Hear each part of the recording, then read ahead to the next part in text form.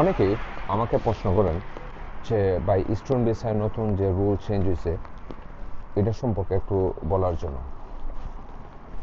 তো 2025 জুলাইয়ে যে চেঞ্জ হয়েছে এটা হচ্ছে আপনারা আপনাদের মাস্টার্সের জন্য আসেন, রিসার্চ প্রোগ্রামের জন্য আসেন, শেষ করার পরে আপনারা আগে 2 ইয়ার্সের পিএইচডাব্লিউ পেতেন, এখন পাবেন হচ্ছে আপনারা 18 মান্থের, 18 মান্থ।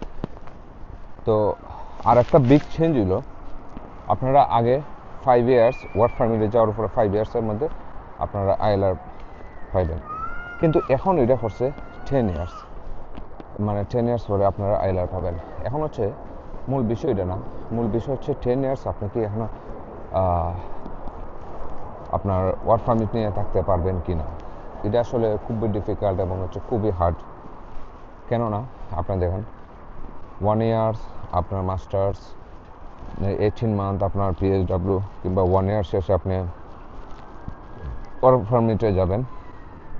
তো যাওয়ার পর 10 ইয়ার্স আপনাকে স্পন্সর দিবে না, 3 ইয়ার্স মোর দেন 5 ইয়ার্স দিতে পারে, এর উপরে আপনাকে দিবে না ওয়ার্ক পারমিট।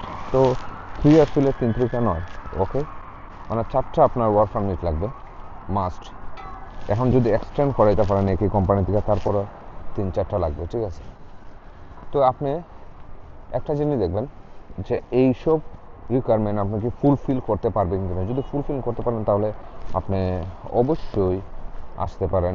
এবং সো হার্ড, আমি বলবো সো হার্ড, মানে আমার এক্সপিরিয়েন্স থেকে আমি বলবো যে খুবই হার্ড, মানে এই রিকোয়ারমেন্ট ফুলফিল করা। তারপরও অনেকে যদি কামড় দিয়ে লাগে তাহলে হতে পারে, তবে আমি এটা এগ্রি না।